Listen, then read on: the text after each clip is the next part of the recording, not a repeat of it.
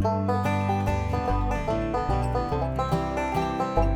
know many of you have something you don't want to look at from your home or your garden. Might be bright lights in the evening. It might be a shed that doesn't look attractive, or it might be a highway that you don't want to look at. There are some great plants that you can use to create a screen so you don't have to look at something unattractive. And there's a couple ways people do it. Sometimes they plant one single row of an evergreen. It's all the same. It's monotonous, it's boring, and it could also lead to you losing that hedge or evergreen to some new disease or something that we don't know about. For example, a lot of people had blue spruce. Well, when blue spruce get about 20 years old, many of them start to die.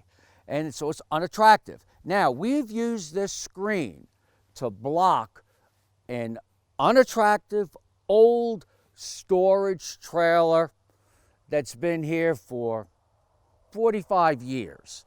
And the boxwoods here have done a great job in screening it. So I do recommend some of the boxwoods, not the little dwarf ones, but some of the boxwoods that attain a height that prevent you from seeing something unattractive. When you're thinking of creating a screen or something to block a view, sometimes you might only want to let it get so tall so you could still see the sky or the stars at night. You may not want to let it get 40, 50 feet. The other thing to keep in mind is the width of the area that you have for that screen. You know, a lot of people use Leyland cypress. I mean, they're great, but they get big fast. They can get 50 feet wide, they can get 60 feet tall. I got a lot of calls on the radio. What do I do with this giant Leyland cypress? Can I prune it back? Well, you really can't prune it back too hard. So it's important to pick the right type of plant for the right area, so in 10 to 15 years, it's going to look perfect. I also recommend a mixture of plants. Let's say you were going to put in 24 plants total. You might put 6 Leyland cypress, you might put 6 arborvitae, you might put 6 large growing boxwoods, and you might put 6 hollies. Keep in mind, years from now, you never know what kind of disease or insect that may cause damage to them, and you might not be able to control the problem.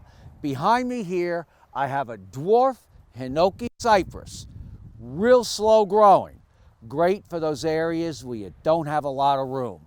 Right here, I have a yew. Many different types of yews. Some yews will grow over 100 feet in height. Some yews are flat and spreading. Some are very upright and vertical. So don't forget using yews.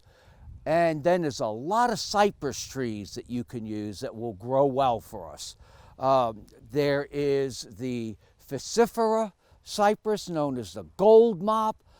There's Lawson cypress. So cypress do very well. You know, in some cases I might stay away from white pine. I do like the blue atlas cedar though.